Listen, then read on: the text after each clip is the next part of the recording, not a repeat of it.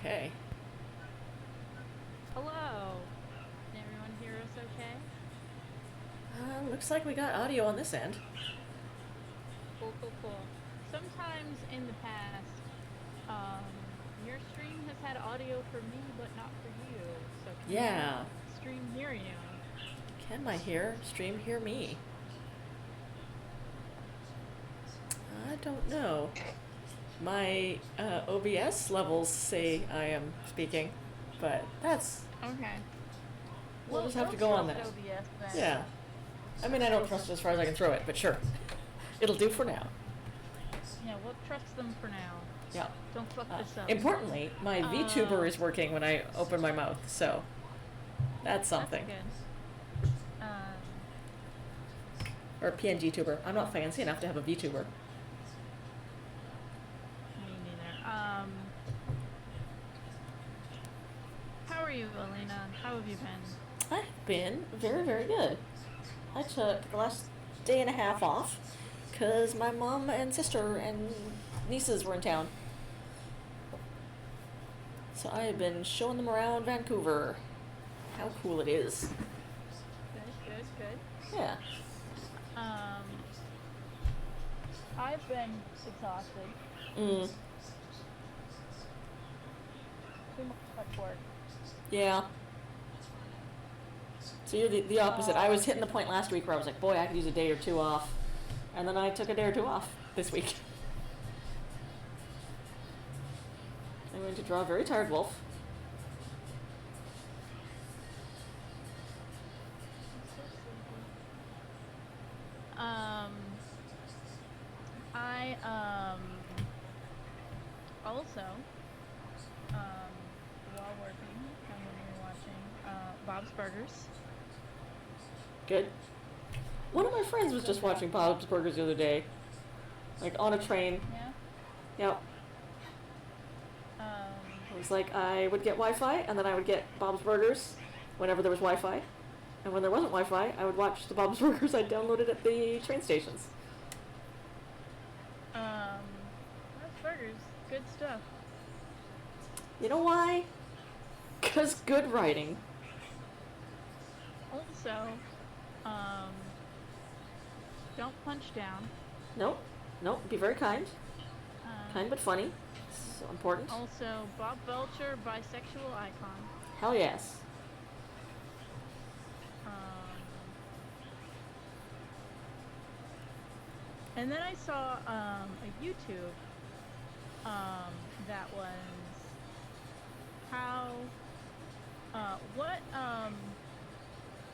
adult animations say about class in America. Oh, fascinating. And they didn't go as deep as I was hoping in their video. Mm-hmm. Mm-hmm. But they did point out an interesting trend um, that animated main characters Yep. are frequently um, at the time of The Simpsons, they were lower middle class, but were doing okay. Yeah. Like, Simpsons was very much in the like Roseanne level of sitcom families. no, they're even, I think, a little bit better off than Roseanne. Yeah. So like, with some careful savings, they can do what they want. Yeah. And same with King of the Hill Mm-hmm. and um, Family Guy. They are not wealthy, but they're doing okay. They're doing all right. And then the recession hits, Yep. and then we get animated families like American Dad, Mm-hmm. where we're not gonna talk about struggling. No. Seems to be its MO Yeah. at all. Like we're not talking about class or money. There are no financial problems. The Um, the we're humor is going. based around how cool we are and or what are sarcastic things we can say about those around us. Well, American Dad is a little bit different than just Family Guy. Yeah. It is American. American Dad is kind of making fun of conservatives, but they are Mhm. well-off conservatives, Mhm. so um, it's they're they think they're better than other people. Yeah. And then it's like, haha, they're Yeah. not. And so they pointed out that stuff that came out around the same time as American Dad also follows that trend. And then Bob's Burgers um, starts the trend of um, no, we're gonna follow people that are just poor. Yep. They run a 'Cause they restaurant. did the It's math. tough.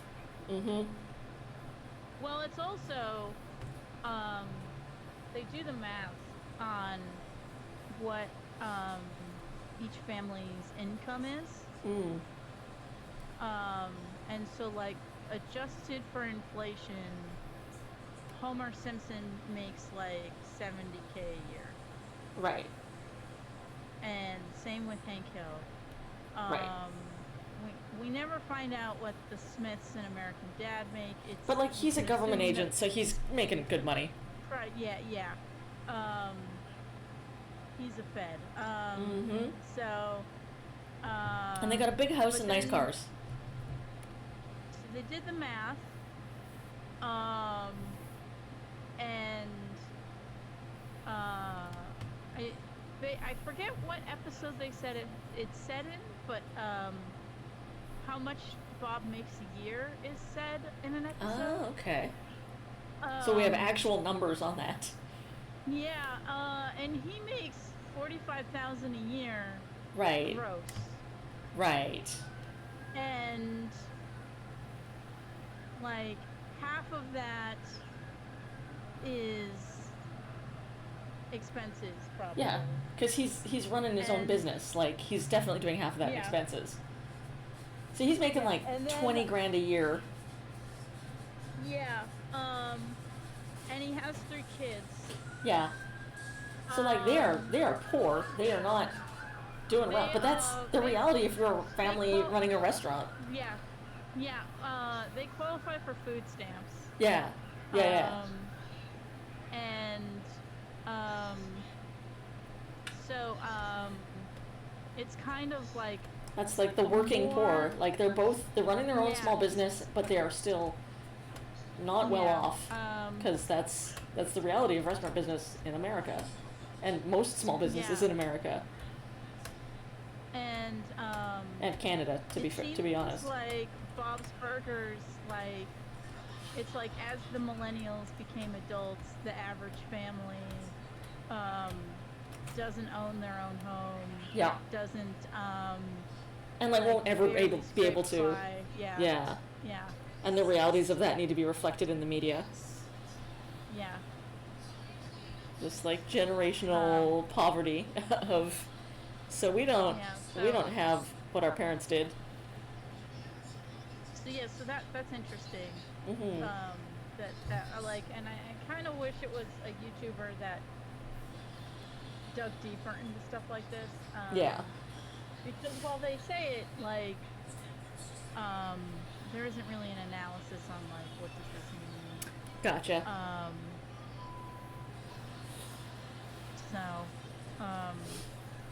It was interesting to see that trend is there, but I like more. Also, Mhm. my hot take while rewatching Bob's Burgers is Tina should dump Jimmy Jr. Mhm. and date Mhm. Zeke. Yep. Zeke is where it's at. Yep. He is always complimentary of Tina. Jimmy Even when she's Jr. being only an pays awkward attention weirdo, to her. it's great. Yeah, Jimmy Jr. only pays attention to Tina when someone else wants to date her. Um, Tina, you can do better. um, Tina gave Jimmy Jr. a Valentine's Day gift, and then he re-gifted it to another girl.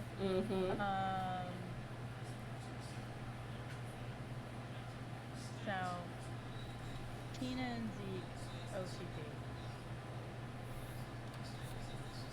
But also, like, Tina's representing all of the, like, awkwardest parts of being a teen. And that includes, Yeah. like, not having good judgment in who you date. Yeah. And she's just, like, so into her crush that she's willing to put up with not being treated maybe as well as she deserves.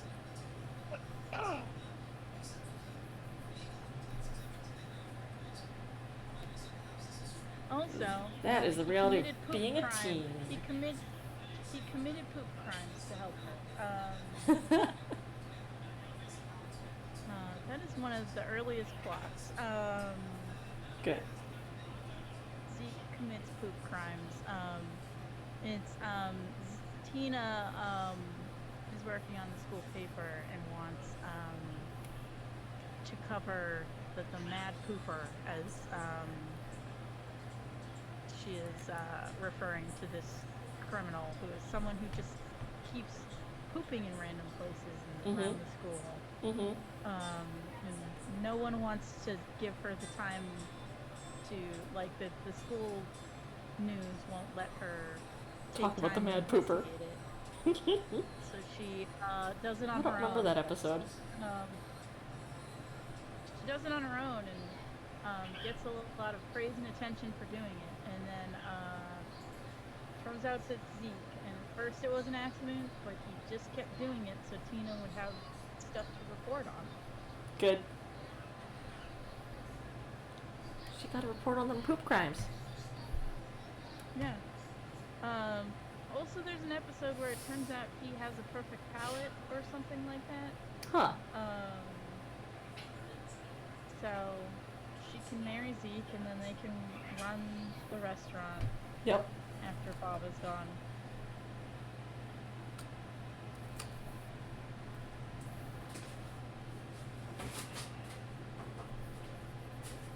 I always feel very weird about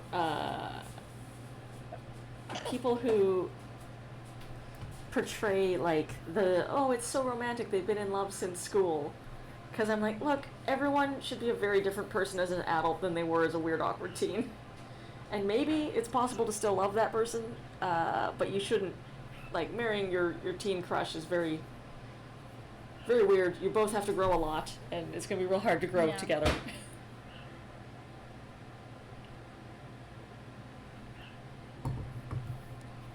So often those relationships are dysfunctional AF.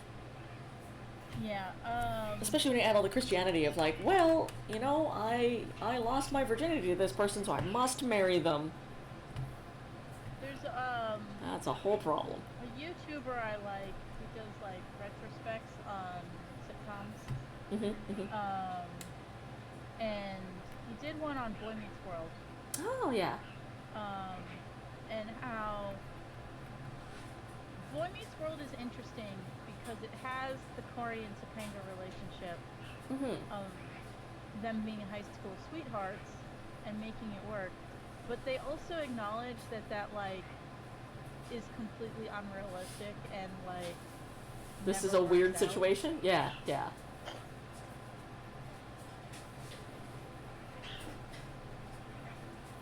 Like, to the point where there's an episode where, basically, Sean, realizes that his view on relationships and what's a good, healthy relationship is fucked up because he's been friends with Corey and Topanga their entire relationship. So he is measuring his relationships to this impossible standard. Right. He's like, I should not. This seems unrealistic. As though I was living in some sort of television show. Yeah. Tell you, TV shows are going to get real bad. Because writer strike. Time to only watch reruns, and please support the Writers Guild. 'Cause they are not being paid enough. No one's being paid enough these days, but they are particularly being. Whatever weird shit they end up putting on YouTube. Fuck yes. I was talking to Kendra Wells earlier today that last writer's strike, we got Dr. Horrible. Yes, that was great. And while Joss Whedon, obviously, there's problems there. Yeah. Can't wait to see what some. As the model for while a writer's strike is on, here's some fun shit to do. You can't get better than that. Yeah. And then someone accused Dr. Horrible of being made by Scabs, and it's like, no. No. Like they just did it. They didn't go through a studio or anything. Mm-hmm. This was self-produced. By Apple. It was distributed by Apple, so I think that was kind of an after the same model thing. Now it would still count. It would probably count as being a Scab, but at the time it was not. Yeah.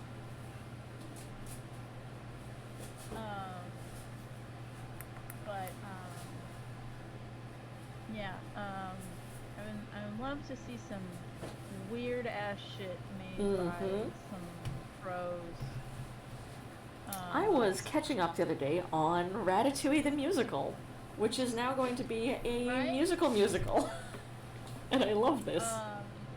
I checked it out mostly out of morbid curiosity because it is a musical written by TikTok. Yep.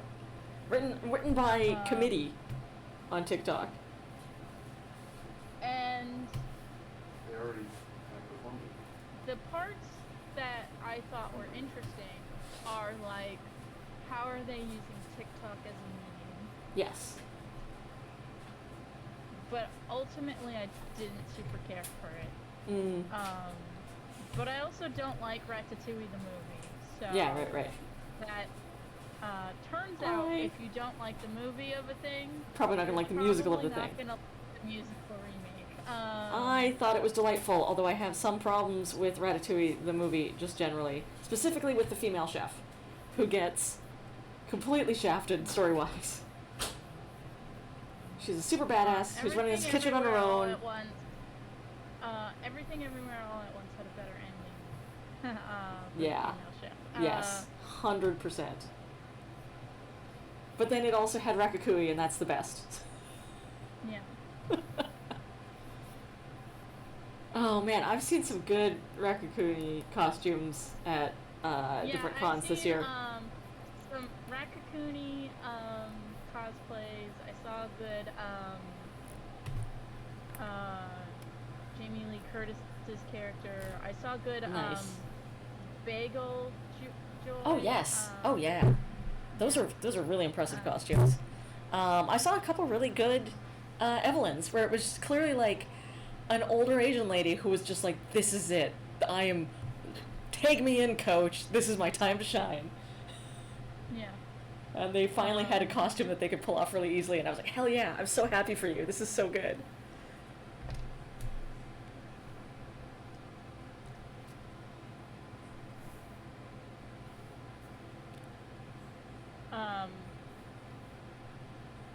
I got Kevin Wilson to watch Everything Everywhere All at Once. Good. And because he recently was diagnosed with ADHD. And while watching it, I told him so this is like a metaphor for ADHD.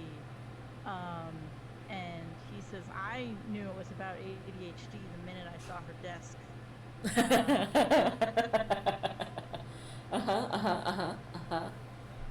Yeah. Which I thought that was a funny comment. I'm just gonna shove all these things into different boxes and then sort them out at the end of the year, right? Right? That's the easiest way to accomplish this. A thing that is neat.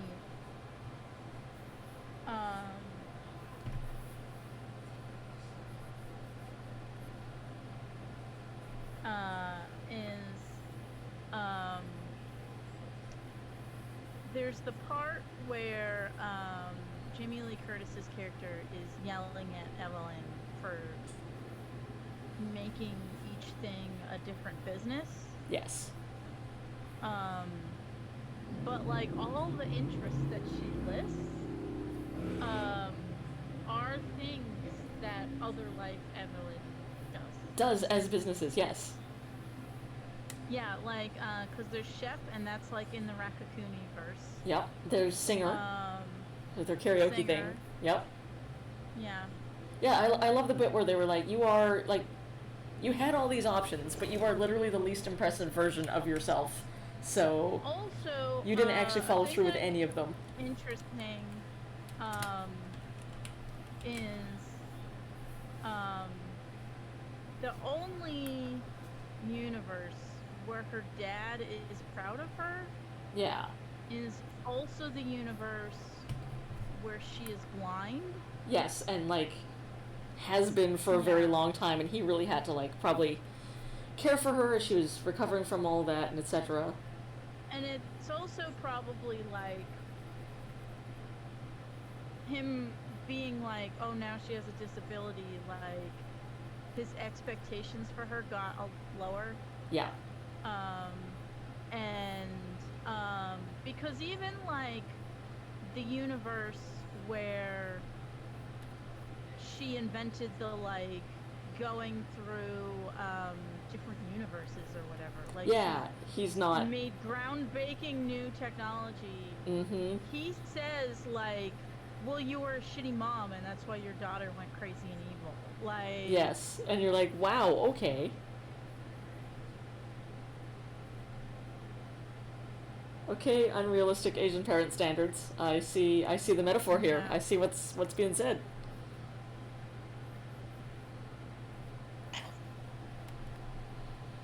There. I get to draw food today, and I am very happy about this.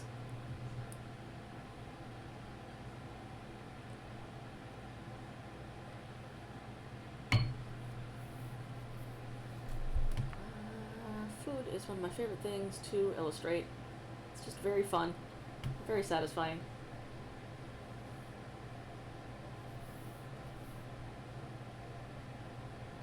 I'm not really a food person.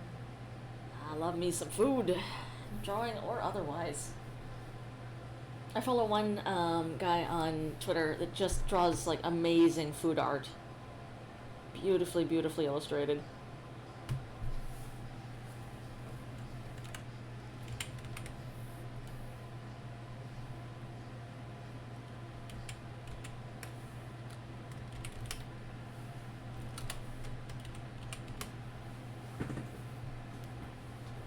This is the big Christmas feast panel, so everything looks gotta look tasty.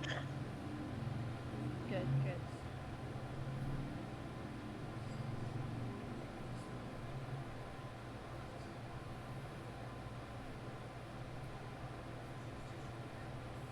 Trying to think of I watched this anime, Love is Hard for Otakus, Oh. which is okay. I don't know if I'm gonna keep going. Mm. Like it's kind of funny. Like I basically kind of wish it was funnier. Gotcha. Or the characters. The plot is the main character girl is a huge nerd. Yeah. And in Japan, it is very shameful to Be a huge nerd. otaku. Yeah. No, because it also comes with like a lot of the I forget the term for the people who kind of become shut-ins. Yeah. But it's a very sort of like shameful thing, and they're like, nope, it's a shameful thing to be a nerd because then you So- wind up like that. It's weird. Yeah. So It's not socially productive. she has recently been dumped for being a nerd. And also is starting a new job. So she's like, this time, no one will find out I'm a nerd. Right. And then it turns out that a person who works at her new job is a guy she went to middle school with, Right. who she used to play video games with, so he's a big nerd too. Mm-hmm. And he almost immediately outs her as being As a nerd. Like, yeah, he asks her if she's going to Comic Kit this year. Oh, yeah. Yeah, so, but then it turns out that her boss is like a famous cosplayer. And she didn't realize it at first because her boss always cosplays as dudes. Right. And is a lady. Yeah. So she is venting to her friend about how she can't get any dates because no one wants to date an otaku. And he's like, well, why don't we just date? Because then you don't have to worry about keeping it a secret that you're an otaku. Right. And so they agree to date, but it's like the joke is that they're treating it like a business arrangement Right. than actually dating. I kind of wish that they had better chemistry because I don't, even if it is a business relationship, like, I don't understand why they're dating. Right. Like, they're both nerds, but their nerdiness doesn't overlap in any way. They're like So it's beards not for each even other's like they have otaku obsessions. Like, they're not even, like, because he really likes video games, but she hasn't played any video games. She, like, reads a lot of manga, and particularly yaoi. Right. That's why she was going to Comic Kit. Yes. And yeah, so they, like, don't have any overlap. And I don't know, it kind of feels like we're just supposed to accept that they're dating because of compulsory heterosexuality. Gotcha, yeah. And then the boss, her boyfriend is also a nerd, so like they're the B couple to contrast the A couple. Yeah. But they're always fighting, so it's like there aren't any nerds that are good together. Like, Right. Because it's difficult for dating when you are otaku. That's the whole title. That's the premise of the show. But I just kind of wish, like, they had better chemistry. Yeah. I mean, you could do a lot of really cute, like, shared nerd obsession, fun stuff. Like, I can think of a million plots for this, because it's essentially what I did with Where Geek in the later years of it. Like, Yeah. And it started as a webcomic, so this is oh, like really? alternate universe Alina made. Fascinating. Japan. Fascinating. And it got an anime, and the anime is a little bit better than the manga because it like cleaned up the pacing. Right. I mean, yeah, that's the one thing that webcomics really suffer from, is it's real freaking hard to do any kind of pacing. Well, it's also like a lot of the jokes are references to anime and video Right. games. Yeah. So the joke works a little bit better when they can do a shot-for-shot recreation of the scene from Evangelion they're referencing. Yes. Correct. Whereas, like, when it's comic panels, it is someone who is still learning how to Yeah, make you'll comics, lose it. trying to Yeah. recreate the mood of Evangelion. Yeah, I for lose their some of that. reference.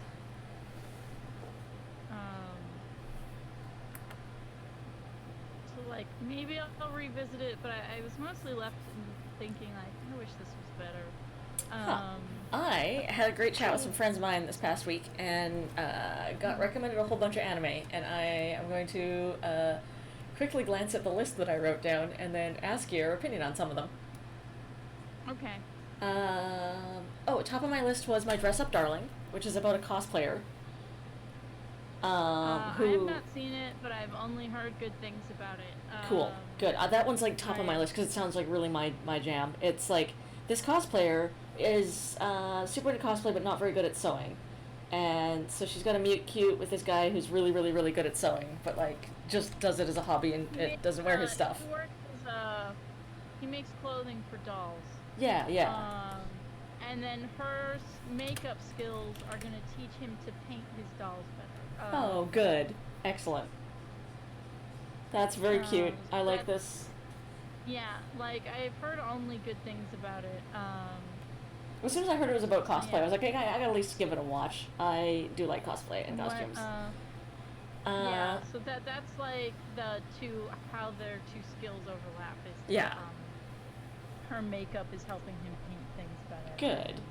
Good. I like this. I can already see the meet cute on this. I'm very happy about it. Yeah, so that one's top of the list, and then God of High School. It's also I recommended. haven't heard of that one. I have no idea what it's about other than it's worth watching. They said it's very fun. What else is on this list here? Buddy Daddies. Or have you seen any Spy Family? I've watched all. It's very good. I love it so Okay, much. So Buddy Daddies is Spy Family but gay. Oh, okay, cool. Great. So, if you I'm like into that. Spy Family, But wanted it like, gayer. I did, in fact. I was like, this is a very fun show and I enjoy all of the characters, but what if it was gayer? I would love that. Yes, please.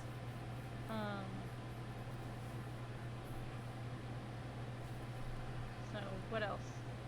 What else is on this list? Tokyo Revengers. That is super popular. I watched like the first episode, and haven't gotten back to it. Gotcha. Just not your thing, or? I mean, I had to rewatch all of Bob's Burgers, so. Oh, I mean, that's true. That's true. So it wasn't bad, it was just like, no, I got distracted by other stuff. Yeah, Cool. I'll Cool. probably go back to it. I know Cool. Seven Seas publishes it. So that's like, and it's like one of our best sellers. Oh, okay. So people really like it.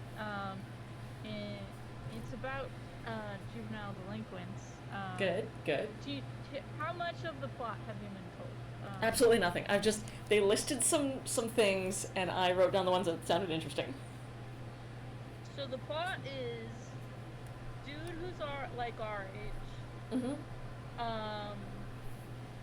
is in a dead-end retail job, and he then hears about on the news that the girl he had a crush on in high school has been murdered. Gasp. And he's like, I wish I could go back in time and like tell her how I feel, but also, do something to like save her. Right. And then he is hit by a train while thinking about this. Which, as we know, They izakais report use, it back. yeah, instantly. Well, they usually get hit by a truck. Yeah. So they're switching it up by using a train. Good. The greener form of izakai. So he is now actually in the body of his 13-year-old self. Oh, cool. So he's not izakai as somebody else. He's just time travel izakai. Yeah. Cool. So Cool. He can redo his life basically. Cool. Or like, so he keeps going back and forth, like trying to figure out if he succeeded or not. Right. Like the first round,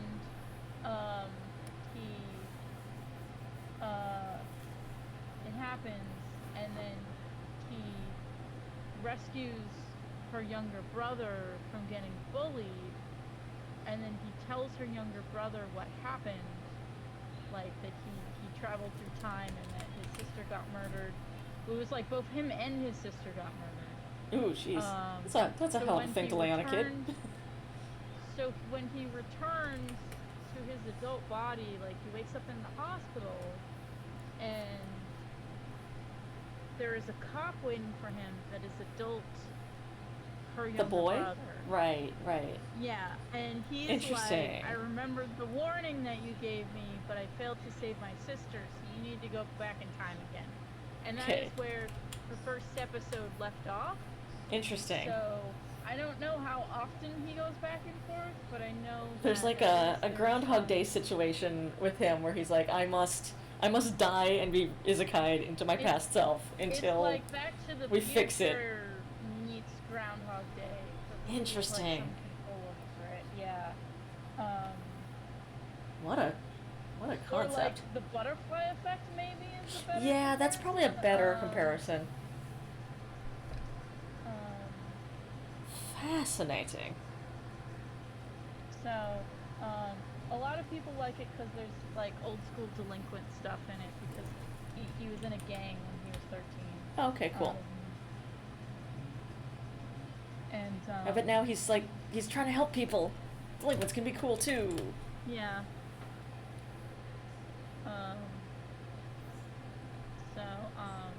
Yeah.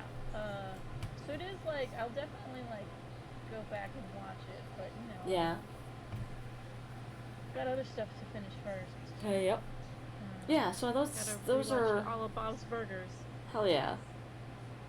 Sometimes you need your comfort shows, and there's nothing wrong with that. I don't have comfort shows, but I have comfort books, and so there's certain books that I've read like literally 30 times. Like just a lot. Because if I'm stressed, I go and I read it. You mean the thing that you rewatch over and over again? ad Yeah, and it nauseam? never gets really old, and like it's just really I- a nice watch. This is the only time that I have rewatched Bob's Burgers, so I wouldn't Interesting. quite put Bob's Burgers in comfort show. Just yet. This is my first time revisiting it. And my comfort shows are probably, oddly enough, Always Sunny in Philadelphia. I've Oh, watched no, that not surprised on that one. Yeah. BoJack Horseman. Yep. BoJack Mad Horseman is Men. like the opposite of a comfort watch for me. It's just an uncomfortable watch. It's very good, and I sometimes will go back to like marvel at the writing, but boy is it, tough to watch. That horse makes bad choices, Kel. He does. Like there was a question that someone asked that was, what is the show that you have watched all the way through the most times? And I was like, for me, it's probably Mad Men. Right. But the only reason why it's not Buffy is because I always stop Buffy at that season 5. Yeah, no, that's fair. That's just rational. Yeah. Like season 5, this is where Buffy really ended. Yeah, it can stop now. We don't need to see more. I've watched Yu Yu Hakusho a shit ton of times. Oh yeah. That one's my favorite anime. Good.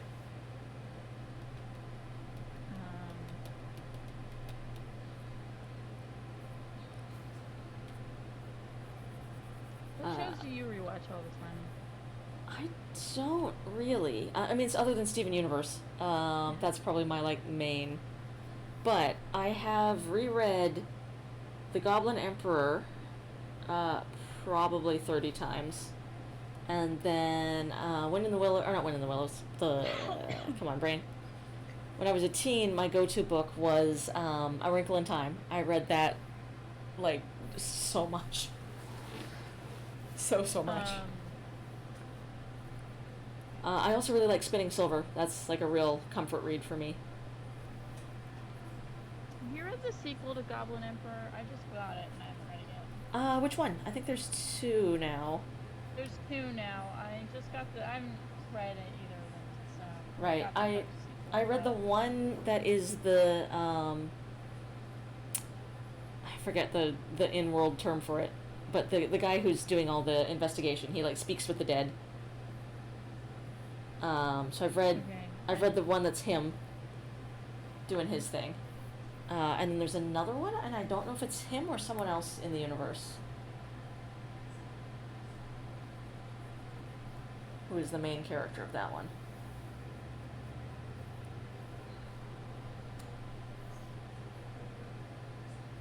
I have to sit down and read those. They're very What good. it is I got a bunch of nonfiction books Hmm. that are research for my leftist werewolves eating the rich story. Good, good, good. Um, but they're really dense, so Yeah. like I feel like I need to reread them. Right. Like I just finished I have to look up the name of it, but it's by Foucault. It's where he explains the Panopticon. Oh, yeah. Um, and I think I absorbed like half of it, Right. and I'm like, I need to reread this. Some other Um, point. Yeah. Discipline and Punishment. Mm-hmm. That's what it's called. Gotcha.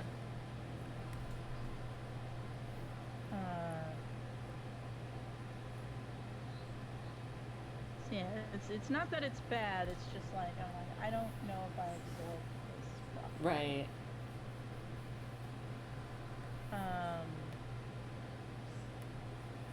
So I have I've found that nonfiction that is more modern, I usually absorb better. Mm. It might be because it's partly made to be an audiobook. Oh, that might be, yeah. Yeah, because like Bullshit Jobs, I like went straight through and thought that was great. And same with Jet, the first 5,000 years. Capitalist Realism I had to re-listen to, but that's also really, really short, so... Right. It wasn't too bad. It wasn't too bad.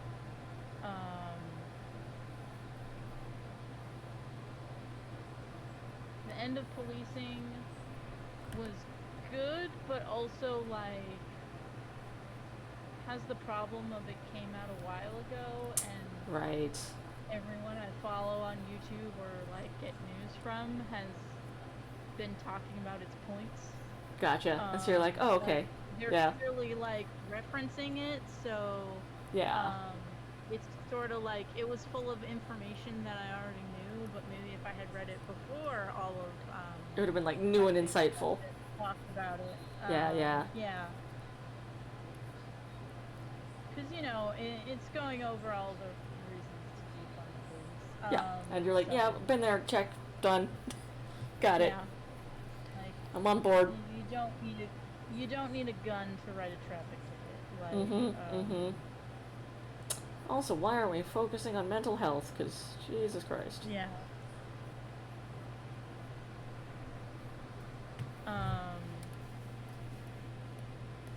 It's a thing. And no one is willing to talk about it. Who is in a position of power.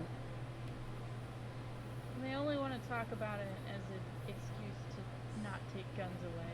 Basically, yeah. Or now they want to talk about it as a use to deny people Gender affirming surgery. And gender affirming, any yeah. kind of care at all. Yeah, that's great. Love that. Love that for us Yeah. as a society. This whole fascism and anti-trans stuff is real bad. Someone may joke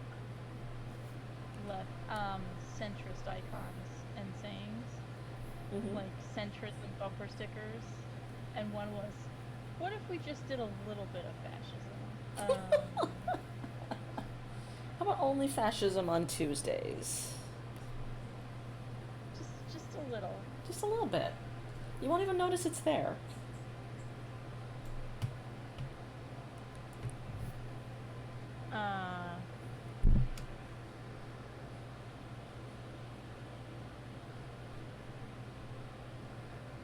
But yeah, you know what was a fun nonfiction leftist book is Why Women Have Better Sex Under Socialism. Oh, interesting. That's a fun read. Good, good. The TDLDR of it Yep, yep, yep. is when you have socialism and women are not financially dependent on men, Mm-hmm. um, they can just have sex with people because they want to Yep. and because they enjoy it. Mm-hmm. And there are a lot of interviews with women from former Soviet states, but also from East Germany, and interviews with like guys from there too. And one of the comments is a guy talking about how women from East Germany were hard to get dates from. The guy was complaining because he had to, actually be charming. How dare they have standards? God. Yeah, basically. That's basically what his complaint amounted to. Yeah. Um, How dare they want to be treated with and- respect and like human beings? The bitches. Yeah, so it's basically,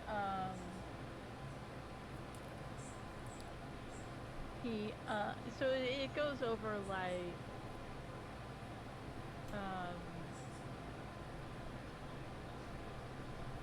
how like making men the breadwinners and using capitalism, blah blah blah, like just makes dating suck. Mm-hmm, and mm-hmm.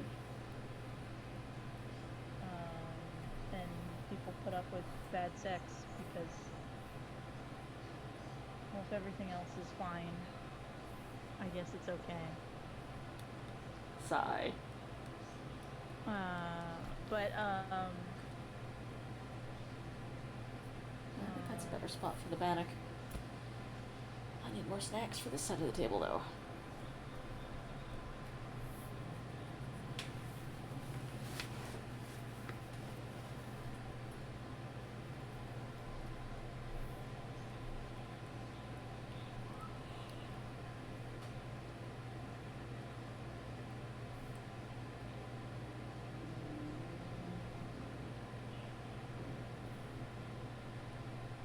did you watch the end of Owl House?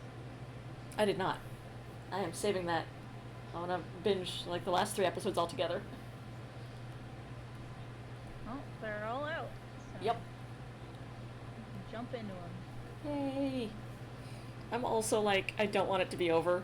And I'm like, well, I still have 3 episodes left. As I've been like, slowly being like, well, no, not this weekend. Maybe next weekend. Like, I'll just never watch them. It took me for ages to watch the Steven Universe movie and then the season after that. Because it was the same thing. I was like, but if I watch it, then there'll be more Steven Universe. I need my emotional support space rocks.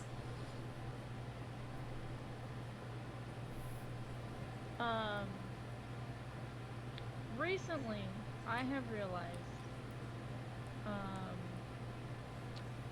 that a thing that I need from my media Mm-hmm. is for characters to be friends. Oh, yeah. Because when I first watched Steven Universe, I bounced off it really hard until Connie showed up. Right. Yes. Because until Connie shows up, I was like, does anyone like Steven?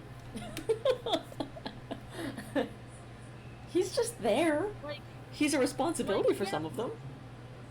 yeah, like, yes, the gems care about him, Yeah. but like, do they like him? Do they want to enjoy his company?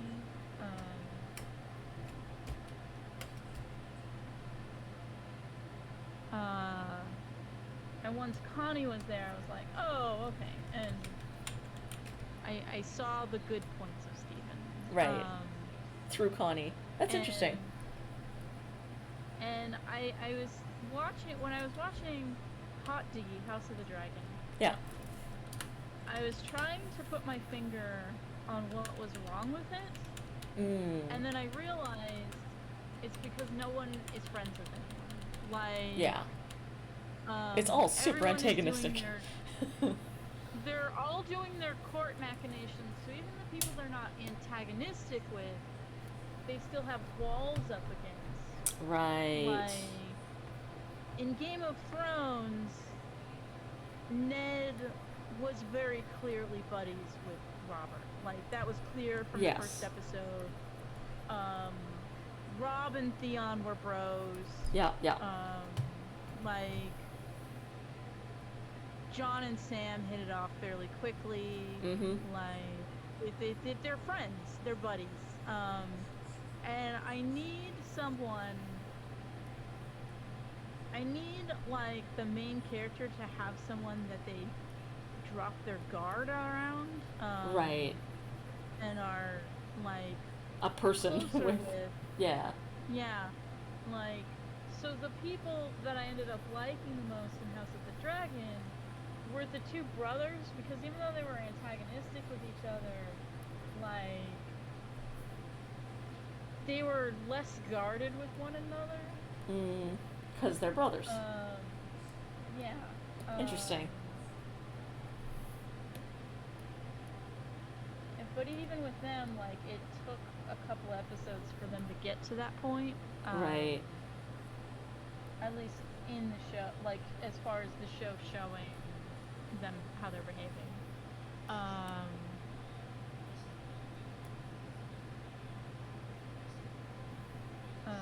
But yeah,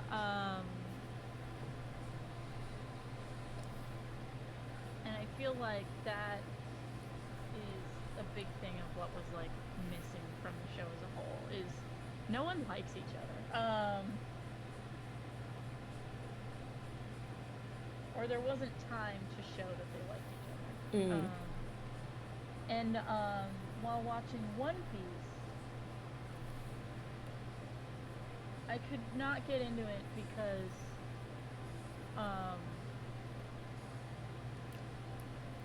Luffy, the main character, is meeting all the other characters for the first time. Yeah. So there's no one that he's different with, because they're all getting to know each other at the same rate. Right. And also it has the problem where it quote-unquote gets good at volume 19. Yeah.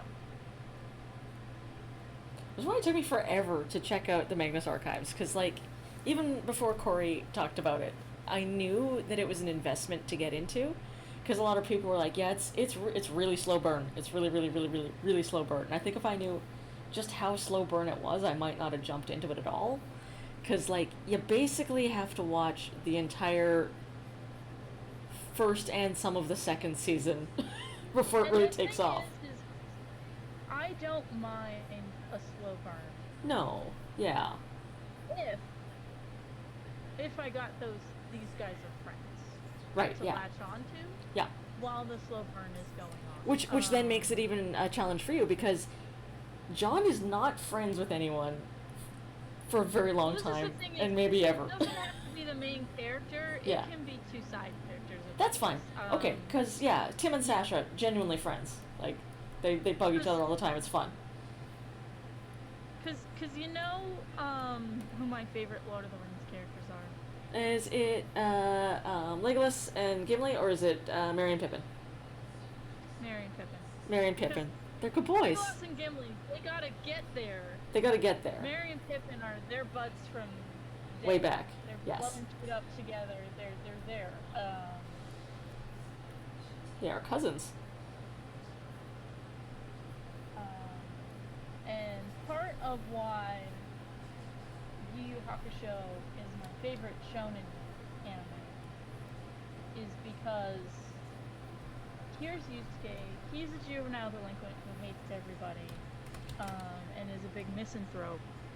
Um, but here's Kuwabara, a kid that he has beaten up every day since they were both in elementary school, Yep. who refuses to not fight him. Um, they're besties. Good. Um, they're not even besties, like, but that is like the closest equivalent Yusuke has to a friend. Right. So it's like fight demons, investigate supernatural nonsense going on, but also Kuwabara is here, and He's my buddy. him and Yusuke are going to punch each other until they're friends. Good. Excellent. There. That's a much more reasonably sized chicken. I forgot this was not a turkey. It's a chicken. I think he said chickens. Stuffed chickens. Yes. I'm gonna draw another one. I got 2 chickens on this plate. In my comic Misfits of Avalon, someone described Elsie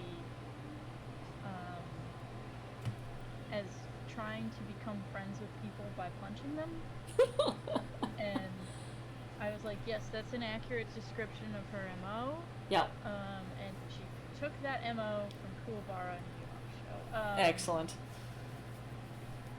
That is why she is like this. She is basically what if Kuwabara was a girl. Right.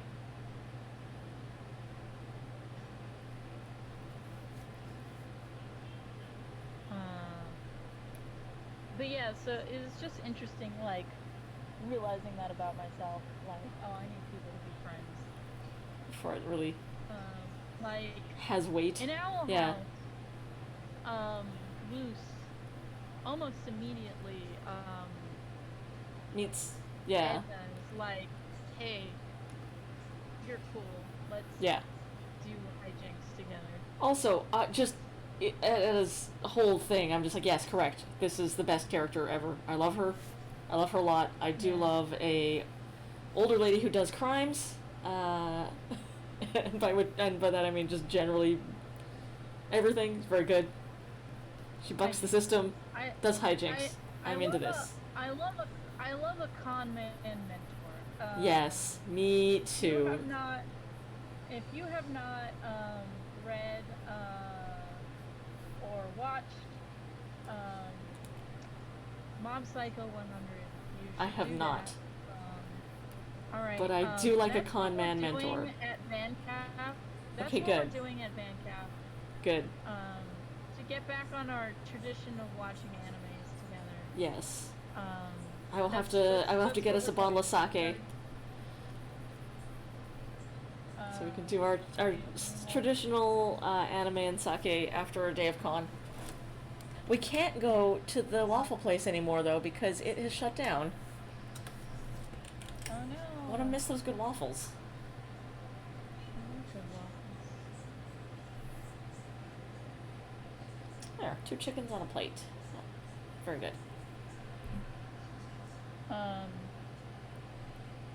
Yeah, what do you know about Mob Psycho? Just the name. Okay. It is about Mob, Mm-hmm. who is super powerful psychic, Oh. but he doesn't know how to control his powers. So he Googled best psychic in Tokyo. Oh, good. Great. And of course got a con man, No, of course. who has no psychic powers. Excellent. And after realizing Mob does have psychic powers, he It's like, I know what to do with now this. just he just uses Mob to do the psychic jobs for him. Good. And Mob does not know. But the advice he gives to Mob is very do as I say, not as I do. Mm-hmm. Mm-hmm. And because Mob is kind of dumb, This all works out. it all works out because he is just listening to his mentor rather than Good. observing that his mentor does not do any of the things that he says he should do. Excellent. Also, Mob is just a sweet, precious boy. Good. It's also about how I like a sweet boy and a con man mentor. It's a good dynamic. um, he it's also what's great about it is Mob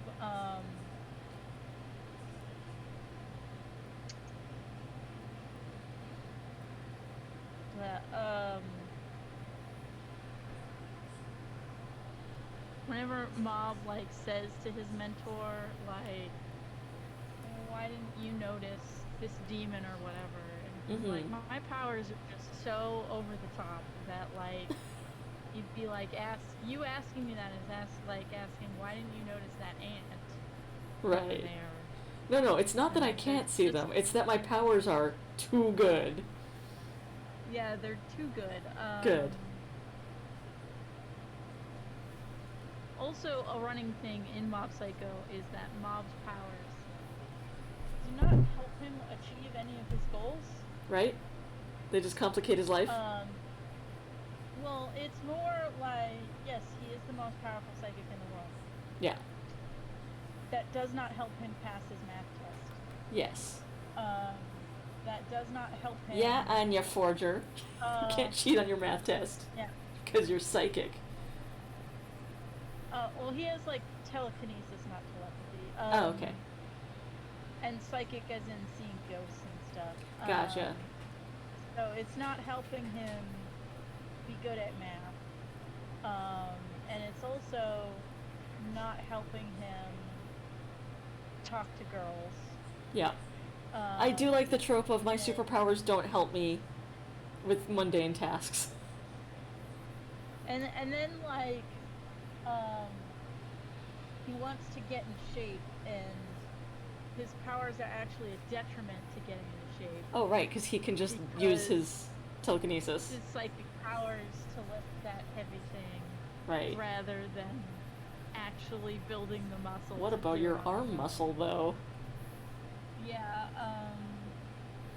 the GIF I have used the most while talking about working out is one of Mob running and about to pass out.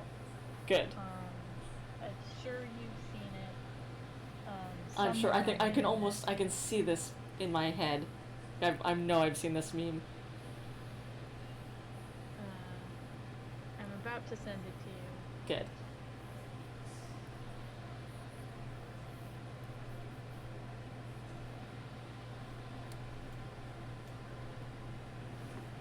I have to change this guy's hand. It's not the correct angle for this hand. I drew it when his arm was at a different angle. Now it's wrong. There you go.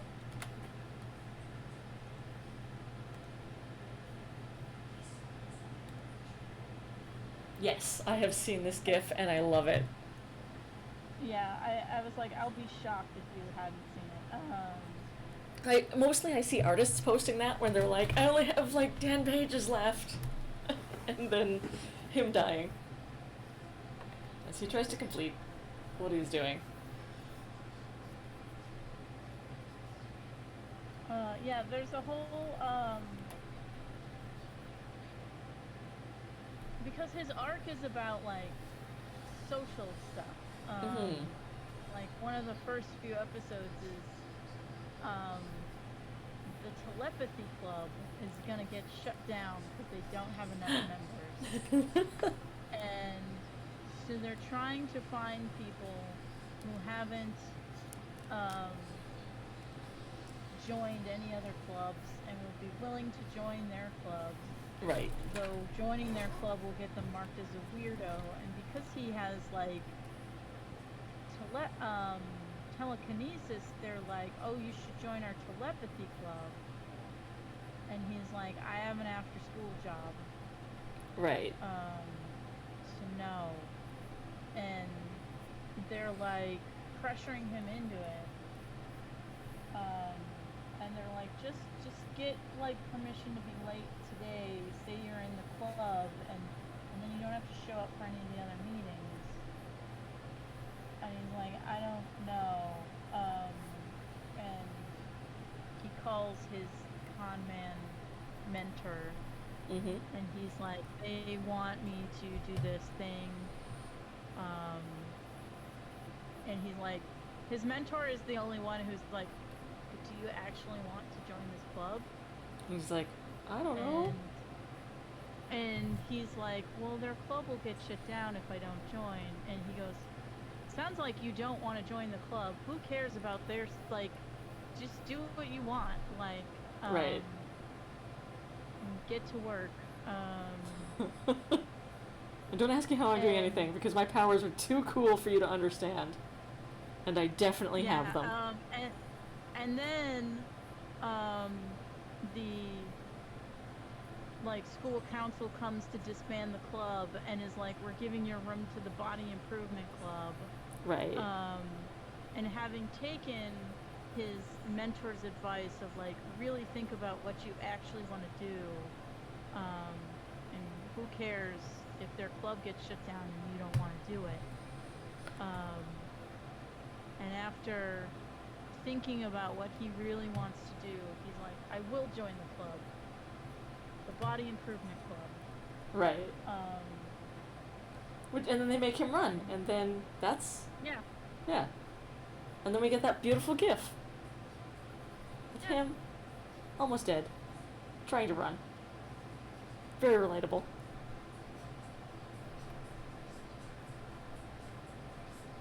And the Body Improvement Club is super positive Good. and just good all around. Sleepy kid eating chicken. That's what I am drawing.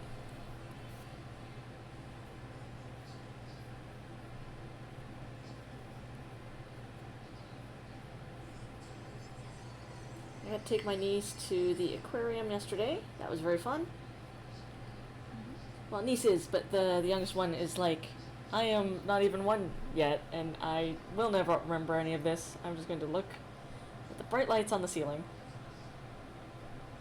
But the other one is old enough to get fish facts. So I got to dole out my share of fish facts for And several you hours. gave It was very fun. facts that were more interesting than even an aquarium employee could give. Yes. Correct. And there were penguins. Did you finish Chainsaw Man? I have not. I am still watching it though. Okay. Then you gotta read it so I can talk to you about what's up with Miss Makima. I need to know what's up with Miss Makima, because You there's... will not find out in the anime. You Okay. will have to read the comic. Okay, good. I will let you know when I'm done watching what is up on Crunchyroll, and then I will be like, okay, spoilers though, I do want to know what the hell is up with Makima, because I have theories. I have a lot of theories. Something ain't normal about her. She's definitely got either a powerful devil or is like a demon on something. Something's going on. So you also won't get to it in the anime. Yep. But the most powerful devils are ones that represent primordial fears. Yeah, it's the whole, just like, Magnus Archives. Like, the Yeah, bigger the and fear, the so, more powerful the demon. The newest episode of the comic, like the newest conflict that they're fighting, is they're told they're gonna face a primordial fear devil. Right. And we get a glimpse of them using their power before we find out what they actually are. I was very proud of myself because while Corey and I were theorizing about what we think this devil is, given that they're primordial fear, so Yeah. limited options. Yeah. And that some of them some of the lesser primordial fears, or lesser fears we've seen already. So you can Yeah. sort of take those off the list. Well, so it has to be primordial, so that means Yeah. it can't be like fear of debt or fear of whatever. Trains or Um, yeah, yeah, or cars or whatever. yeah. This is like fear of Um, falling, fear of sickness, fear yeah. of death. So the thing is, what you see is they cause some people to jump out the window. Oh, Um, this is like, some oh, very you're a fear of terrible heights. person. You should just jump out the window and die. And it turns out that they were the falling Fear. devil. Right. Yeah. Good. So I guessed correctly, but yeah, Good. it was neat that like they gave enough information It's the that Tori vast. and I could have that conversation. And be reasonably And, correct. Yeah. Yeah. Nice. And then she's a hot lady that's talking about eating the main characters, and so of course everyone Right. that's into war is like McQueen. Oh yeah. I hadn't considered that, but yep, that's definitely a Tumblr tag. She's a hot lady that is gonna eat you. So There are whole sites dedicated to her, I'm sure. yes.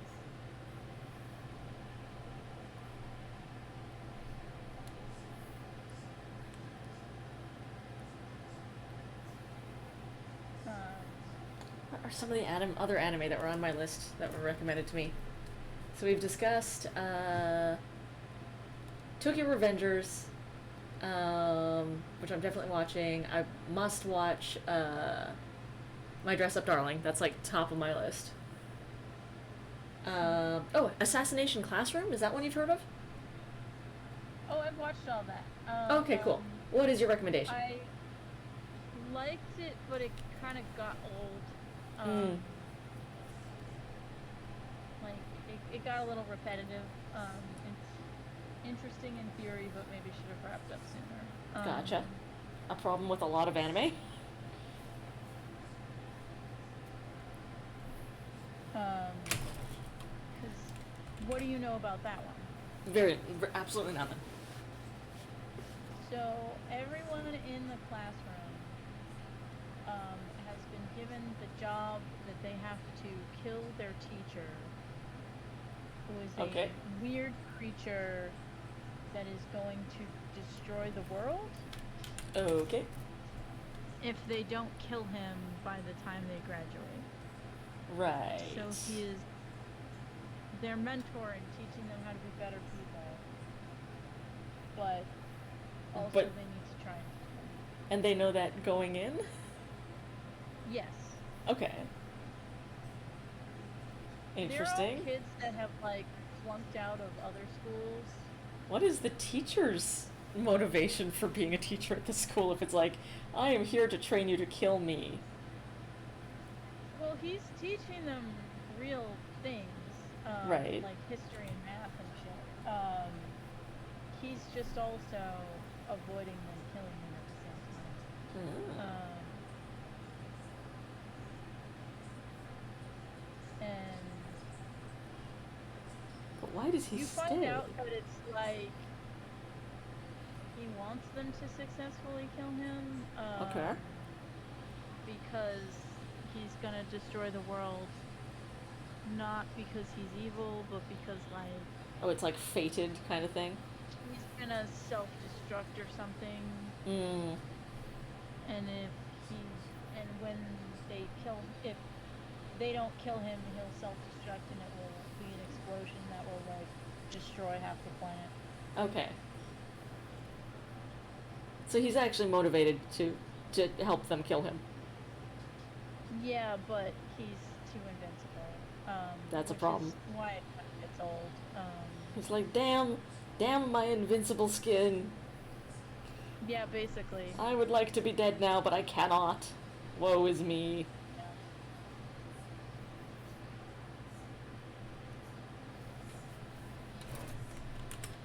So it's okay. Right.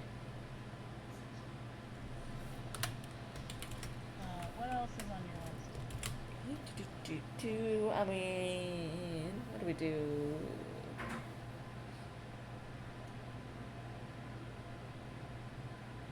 Scrolling. Have you heard of Bubble? It's on Netflix, which I don't have right now, so I can't watch it immediately. Heard of what? Bubble? It's apparently No, gorgeous, yep. and I do like a good, beautiful anime.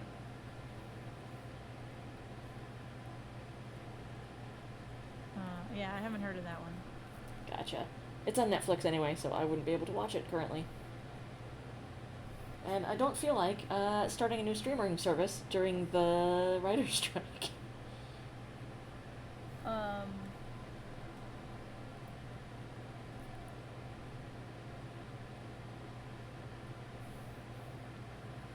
It's gonna be a new season of Beastars. Oh, hell yeah. Okay, I You do. know what I do streaming need to. service you can. You know what streaming service you can start during the writer's strike? What's that? Crunchyroll, because that's all anime. Oh no, I'm on Crunchyroll already. Like, that's the one I got right now. You're already on Crunchyroll. Yeah. I'm just Yeah. keeping that one. I'm just not signing up for anything new until this strike's over. But I'm gonna watch me some anime. Also, Animes. Netflix has a codec when it launches that fucks up my tablet. So I can't watch Netflix when I am coloring or drawing, which is primarily what I'm doing on my computer these days because I'm hand inking everything, which defeats the purpose of having a streaming service for when I'm coloring and inking on the computer. Because that's like the main reason I have streaming is to watch shows while I am working. Yeah, that's why my TV and my computer are in the same room. So they will not interfere with each other. Yup. Um, So yeah, but Crunchyroll does not do that. Crunchyroll's codecs play nice with my tablet. Delicious in Dungeon is getting an anime. Oh, good. I really like that. I mean, obviously, I like food. I like D&D. So, like, come on. Yeah. That's a Yeah, no-brainer. It's like, this is sort of the thing that Alina would like. Uh-huh. This is the thing that I would write if it hadn't been written already.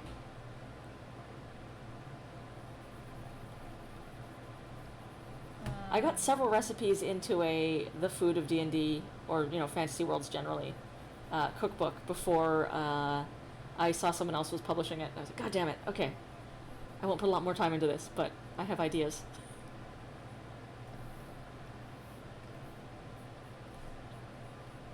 Trying to think, what else is on your anime list? I think that's most of them now.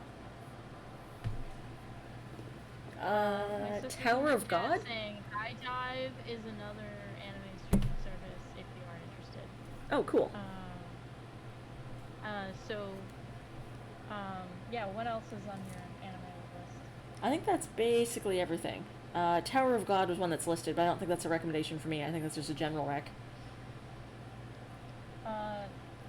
You should check out Love is War. Oh, yeah? That is one of my favorites. Nice. Do you wish that Death Note was a romantic comedy? Fuck yes. Yes, I Because very much that's do. what Love is War is. Excellent, good. The plot of Love is War is, it's an elite private school, Yep.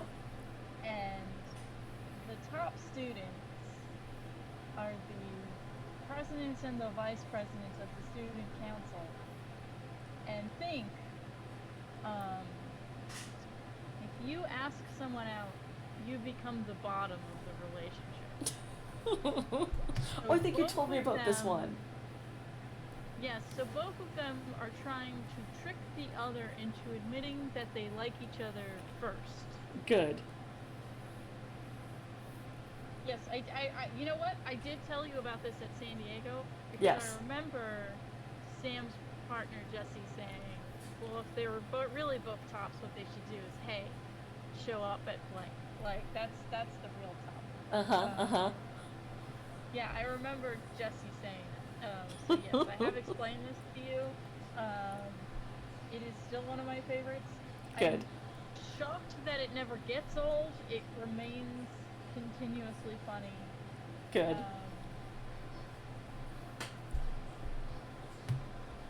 That's good writing. Remember, Yeah. pay your writers. And I think part of why it works is because as the show continues, you learn that the reason they don't want to be the one who is the ask outer Yeah. is vulnerability reasons. Right. Neither of them wants to be vulnerable. Because the guy in the relationship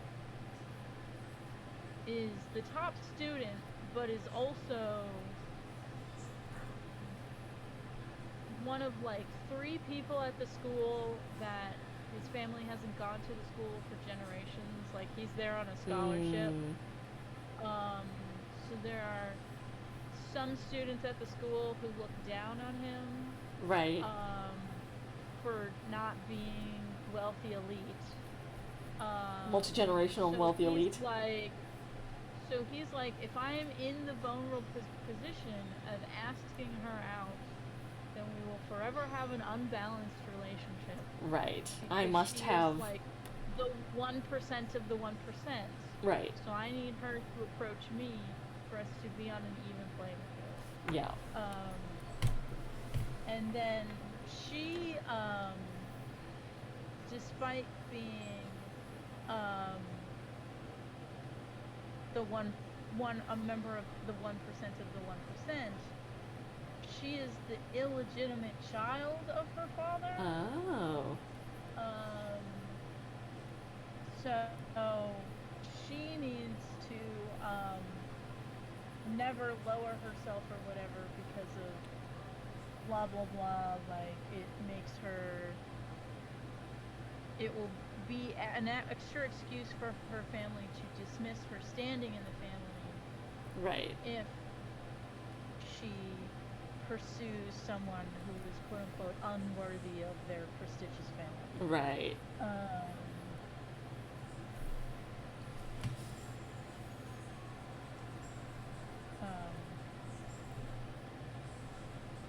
But it's good shit. Good.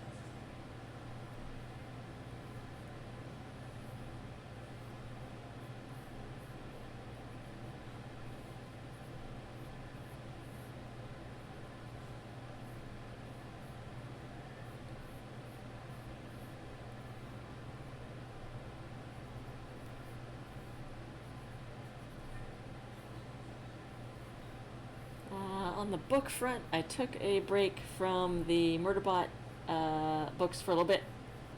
I had a craving to read one of my comfort books, which is one of my more recent comfort books. I only discovered this one I think a year ago, and this is my second time reading it.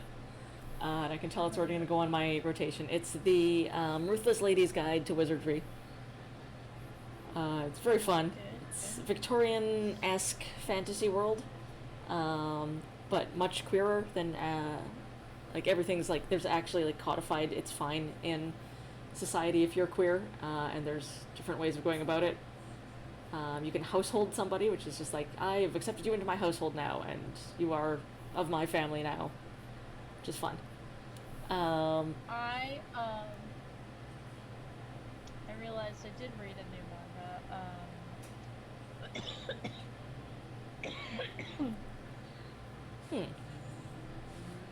I read Beast Complex. Oh, how's that one? It is by the Beastars person. Yep. And it is short stories in the world. Interesting. I'm glad that she ended Beastars because clearly this is where like her brain heart is right. Picking up weird societal things. Good. One of the stories is about a pig who's a taxidermist. Oh, interesting. How does taxidermy work in this weird furry world? That's just making mummies, I guess. Mm-hmm. Why would you do that if you were an animal society?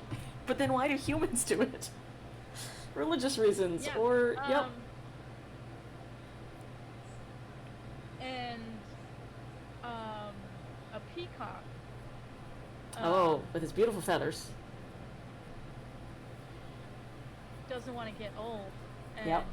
asks the taxidermist pig to kill him and preserve his beauty. For all eternity. Yeah. It's dark, sir. And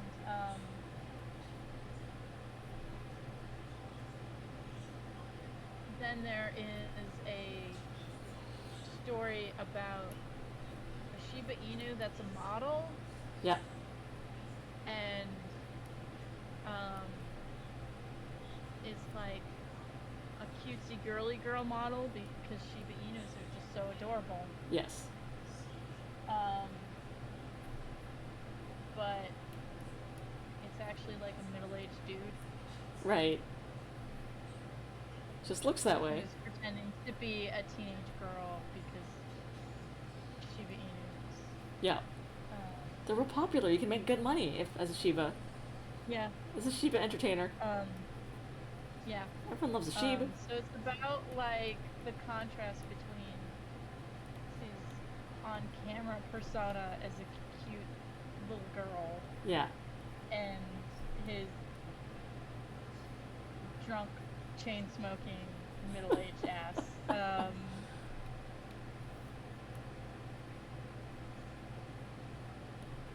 In furry news, I'm sure you saw that at the Met Gala last night, Jared Leto had a beautiful fursuit, by the way, just an absolutely gorgeous cat Yeah. Costume, and furries are like, ah, fuck, god damn it, how dare you appropriate our culture? Fuck you, Jared Leto.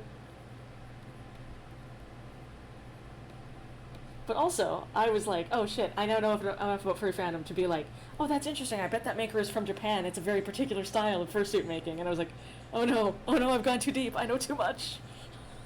Yeah. I can identify makers by their styles.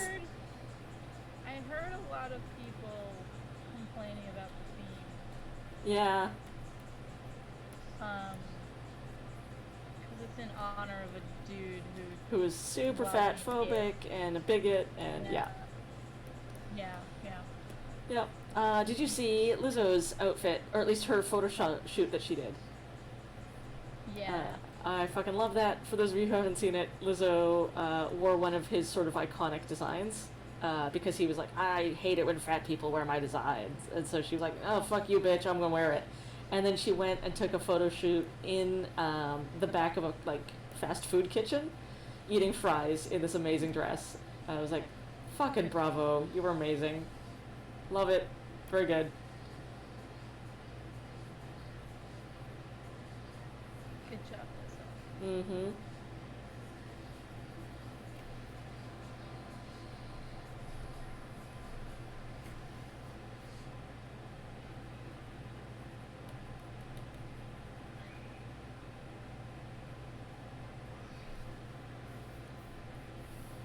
Getting very good at drawing pine trees.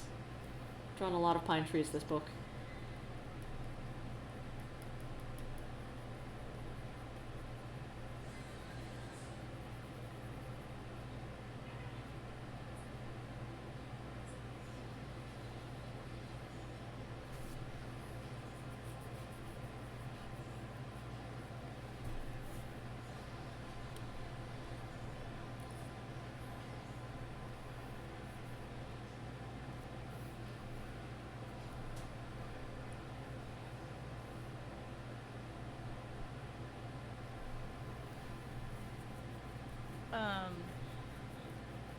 When I get bored, I like to read Song of Ice and Fire theories. Good. As we know. This has been established. Very. A current Very topic good. on the Song of Ice and Fire Reddit Yeah. is what is a theory that you cannot prove but in your heart is true? Ooh. What is your There were some good ones. What is your theory? Or what's your favorite one? The ones that people said. Good. One was that Oberyn poisoned Tywin. Right? Um, though that one, there's a little bit of evidence for it, so yeah, you So can't maybe- prove it, but there's some circumstantial evidence. Yeah. The other one, this is one that I hadn't heard before that I was like, oh, that one's pretty good, is that Tywin planned for all possible queens but Cersei to get killed. Because obviously he killed Rhaegar's wife and kids. Oh no, yeah. But there was some something went wrong before Lyanna died in childbirth. So there's theories that maybe he sent some bandits to attack. Right. Which made her birth go worse than it would have. Right, because of the stress. So he was trying to stack the deck so Cersei was the only option Yeah. for a viable political alliance. Which and he also definitely is a sneaky enough bastard to have done. He is definitely a guy who would do that. Yeah. Like 100%.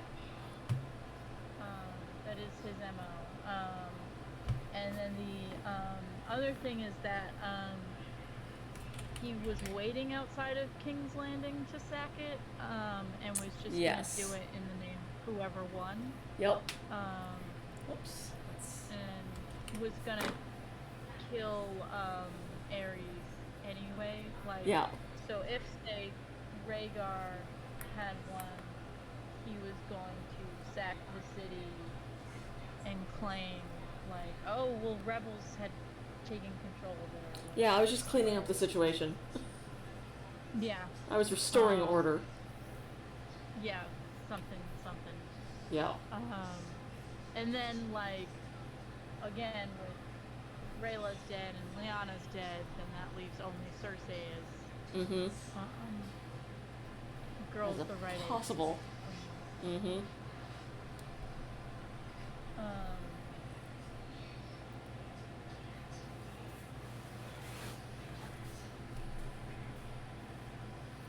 I was like, checks out.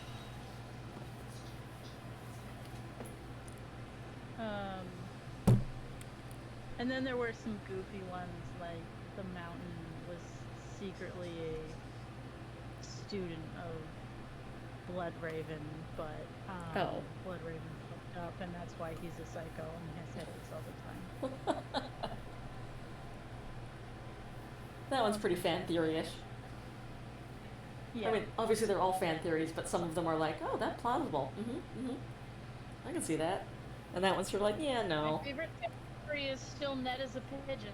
I don't know if I've told you that one, but that one's my favorite. No. I think you mentioned it, but I don't think you explained it. Okay, the explanation for Ned as a pigeon is... I mean, I've already accepted this as headcanon. I now need to know why. All the kids can warg. Yeah. And clearly warging is genetic on some level. Right. So maybe Ned has latent warg powers. Right. That old blood from the north. When you die, you can jump into an animal. Yeah. And when he got decapitated, some pigeons flew by. Right. And so he jumped into one of the pigeons. And now he's a pigeon. And then he's the pigeon that Arya ate. So. A little patricide. That's good. The series needs more of that. It's been strikingly low on that.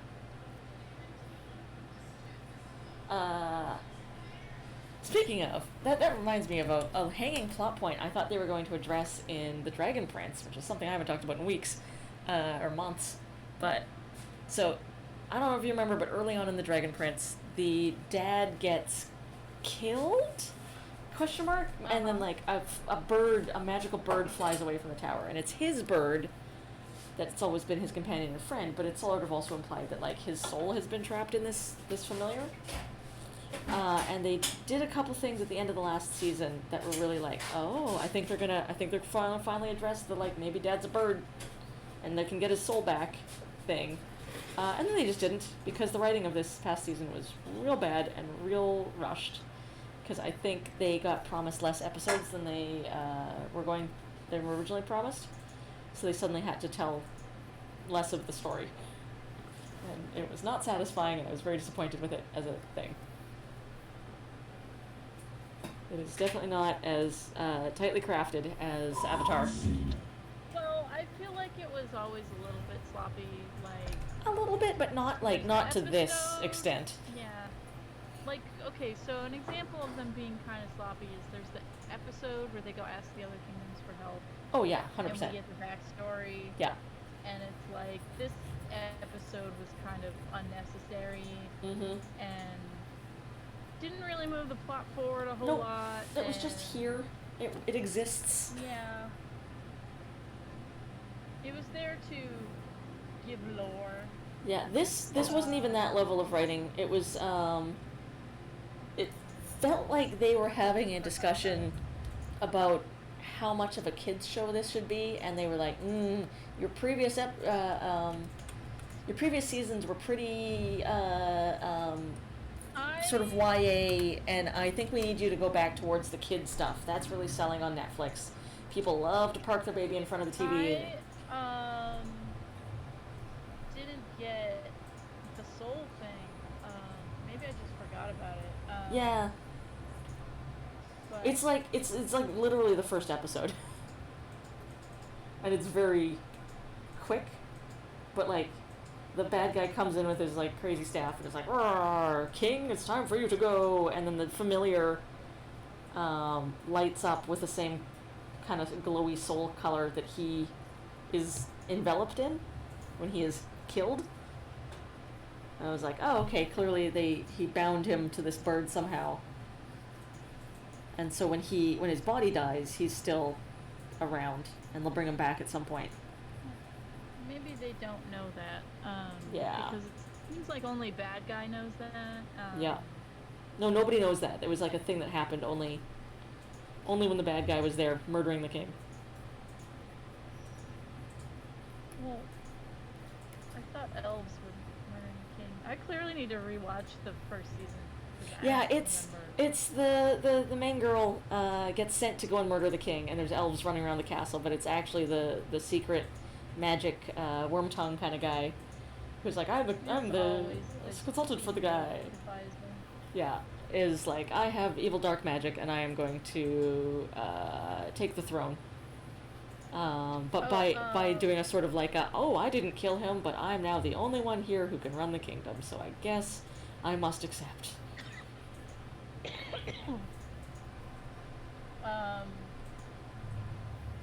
Speaking of evil royal advisors, my favorite game of this is my. You can't prove it, but in Your my pet fan theory, good. Littlefinger is a green seer. Oh. Because so first off,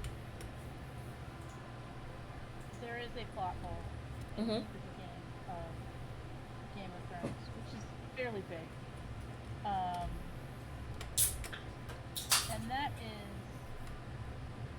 who sent the cutthroat to kill Bran. Yes. And the answer the book provides you with is Joffrey. Yeah. And that is slightly unsatisfactory because, okay, Joffrey gets Dad's knife and is an idiot. Yeah. How does an idiot 13-year-old find an assassin to kill the Lord's son in a place he's staying. Right. He would have had to set it up before, but he didn't know before that he hated this guy. But, well, no, because the theory is that Joffrey wants to kill Bran because he heard his dad say that the kid is better off dead than a cripple, and Yeah. they should just kill him and put him out of his misery. So Yeah. he's doing it for Daddy. Yep. Tell him he did good. With But also because then he can do a murder, and he likes that. But he doesn't do it himself. Yeah. Because if he likes doing a murder, he should probably do it himself. Yep. And okay, even if he is smart enough to be like, I need to find someone else to do it, who the fuck is going to agree to that job? And also be someone, like, how did this discreetly get arranged, basically, is the question, by Joffrey of all people. Yeah. I mean, I suppose if you're a noble, they'll do it to try to gain, points Well, no, later. 'cause they're in the territory of Ned, so it's Yeah. like all the people that would want favor would want Ned's favor first. And not this random dumbass kid. Yeah, so anyway. So that's a plot hole. Mhm. And I am personally, like, the logical explanation is just George R. Martin made a mistake. Like, Yeah. Yeah. He's like, I need this murder to almost happen. He admitted For reasons. that he doesn't plan. He doesn't Mhm. plan. He has gone on record. No, saying he's he a doesn't he's a plan. pantser. He's a pantser. He will write by the seat of his pants. He's a quote unquote gardener. Yeah. Yeah. And, He's like, I have vague ideas about like War of the Rose and shit, but the specifics I will So- make the fuck up as I go. So anyway, then you get Rand's dream when he's flying and Mhm. falling. Mhm. There's people. There are skeletons on the bottom, which Yeah. are implied that Bloodraven has reached out to try to train the psychic abilities of other people. Mhm. From both Bran and Jojen, we have a pattern of some health crisis happens, Yeah. and that is how Bloodraven reaches out to these people. Yeah. Bran when he was crippled, and Jojen because he got some fever. Yeah. So, Littlefinger was in a delirious fever after losing the duel to Brandon Stark, Right. and nearly dying. Yeah. Then we have Yet another reason to hate those damn Well- stocks. then you have Ned while in jail has a dream where Robert tells him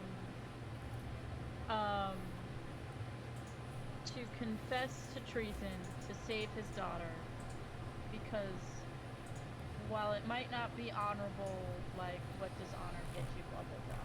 Yeah. Yeah. Yeah. And then Ned is like, that doesn't sound like Rob in the dream. And he reaches for King Robert's face in the dream, and he pulls off his face and it's Littlefinger underneath. Ah. So they think that was Littlefinger trying to send a dream to manipulate Ned into confessing. Right. Not realizing that Varys was there doing a better job. Right. And then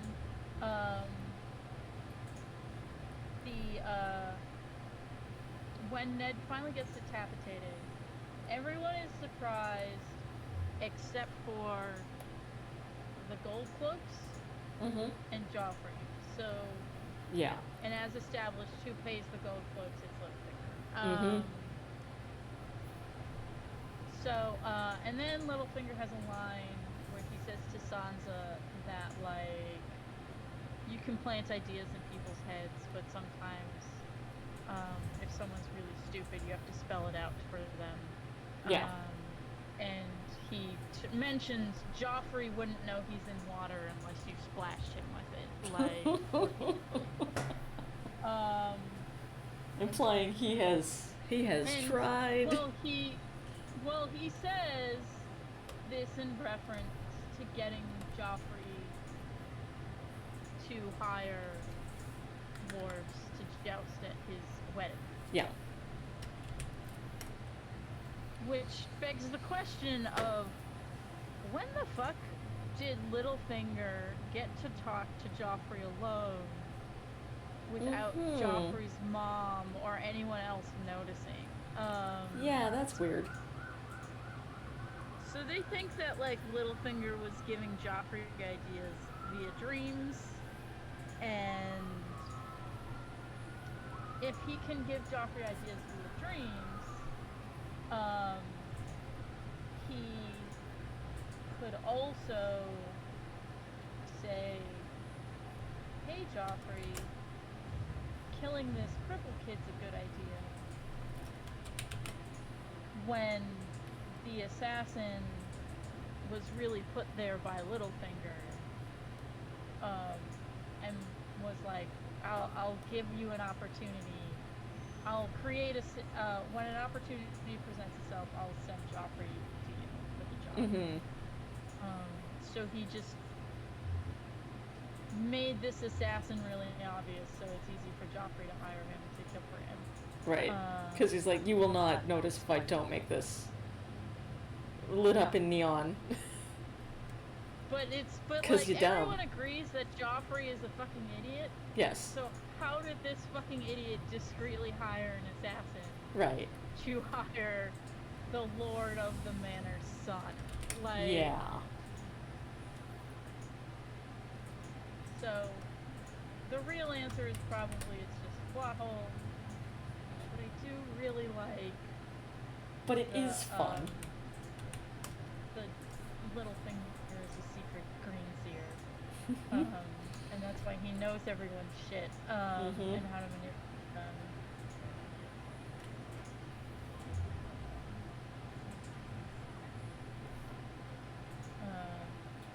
Other secret green seers.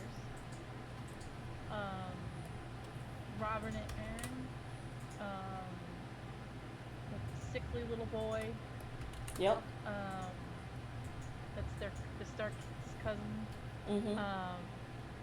And that is because, once again, green seers are usually sickly. There is clearly a genetic component to the power. The Worgen green seery power. Mm-hmm. Also, because of it's genetic, it's weird that all the Stark kids are dwarves. Right. So maybe it comes from both mom and dad. Yeah, and so there's clearly some in her bloodline as well. So because if you follow the maternal line, in the lore, the great-great-grandma, like, maternally, so this is not following dudes at all. Yeah, this is like back in the They're Eyrie. related. Like, Catelyn's mom is descended from the house that took over Harrenhal Mm-hmm. after this lady who supposedly could turn into or mind control giant bats. Yes.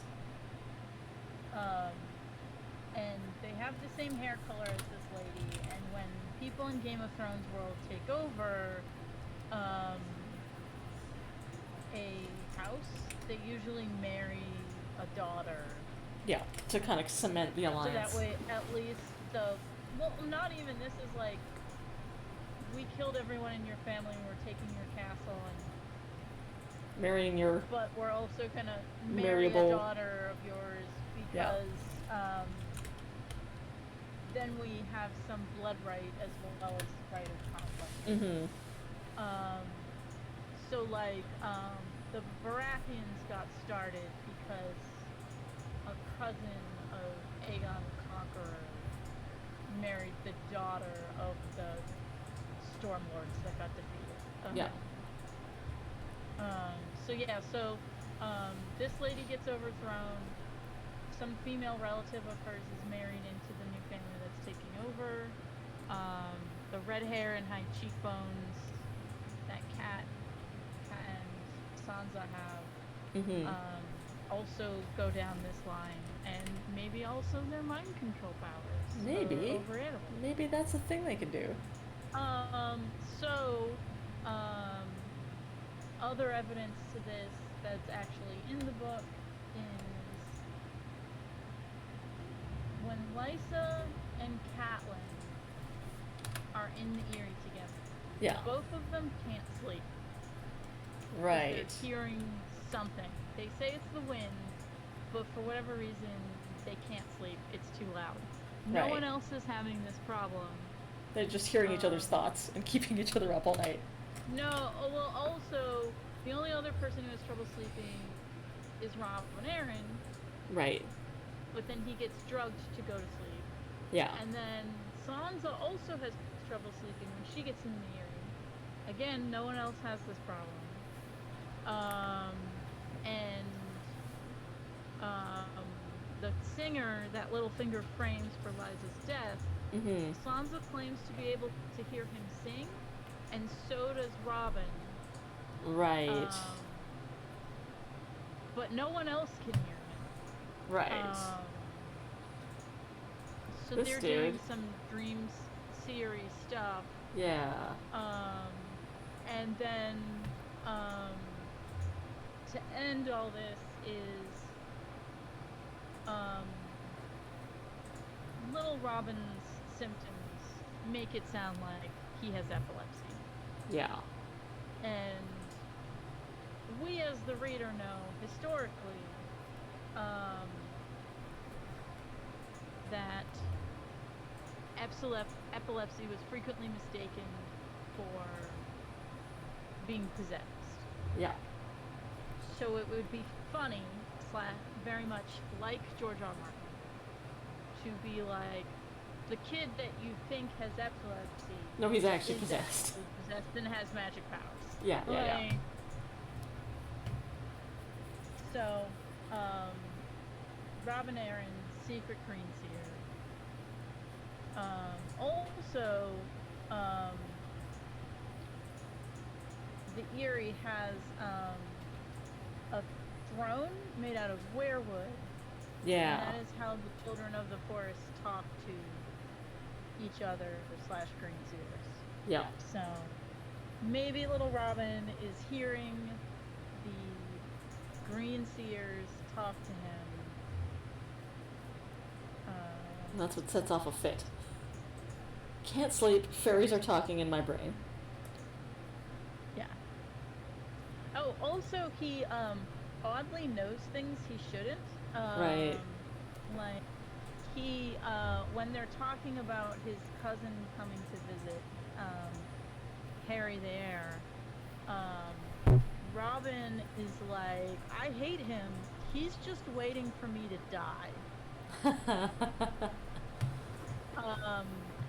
And while yes, everyone is expecting him to die young and for Harry the Heir to take over afterwards, Mm-hmm. that's not the type of thing you talk about in front of an 8-year-old. Nope. Especially when he has a super protective mom like Yeah.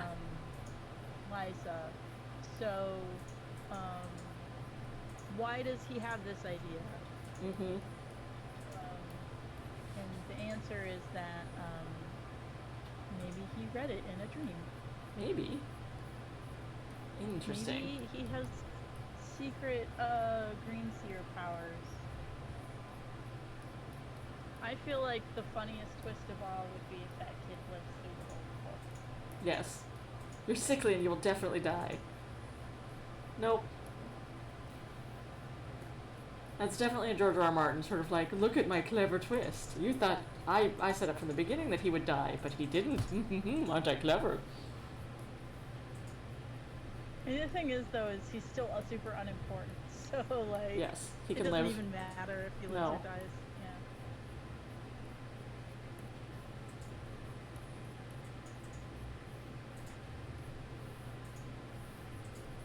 There, that is just about it for this page.